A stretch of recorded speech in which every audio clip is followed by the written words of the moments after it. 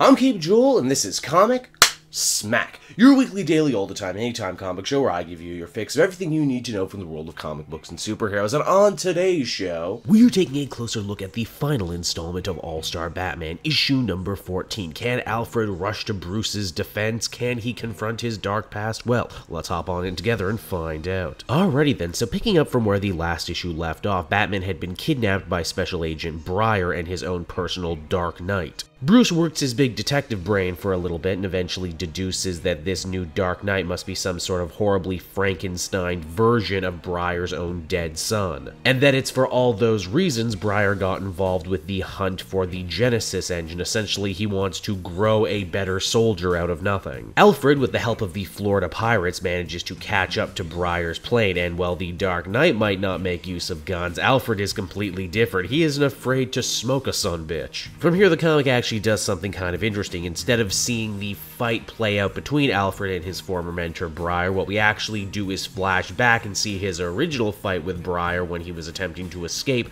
life as the new Black Knight. Essentially, Snyder saying that history repeated itself, and also this fight is probably much more interesting than watching two old English guys slap each other around. I mean, unless you're really into that. Briar's plane ends up crashing down on an old pirate island, which is very fitting as Alfred has been spending this whole storyline talking about pirate stories. Alfred bravely risks life and limb parachuting down to try and rescue Batman from the wreckage, even though the Black Knight is hot on his tail. It's during a scuffle with the Black Knight that his helmet gets knocked off, revealing the monstrous form that lives underneath. Oh, it's not Briar's son, not literally anyway, it's his figurative son, Alfred, only twisted and evil. Now, Batman is too beaten up from the fall to fight, and Alfred doesn't stand a chance against Briar and the Knight at the same time, but it's Bruce who figures that if this horrible monstrosity is even somewhat cloned from his friend Alfred, then there's gotta be a shred of good inside him somewhere, and if Batman can appeal to that, maybe the Dark Knight will give up the fight and turn on his master, which indeed he ends up doing. And with that, the story ends up coming full circle as we finish off Alfred's flashback stories. You'll remember all throughout this arc we've seen his dad go to the clock in Wayne Manor. Well, we discover he was actually leaving letters to his son there, but never actually sending them. Alfred reads the letters and in doing so discovers what he always wanted to hear, and that is that his father did love him, did miss him, and it's a good thing too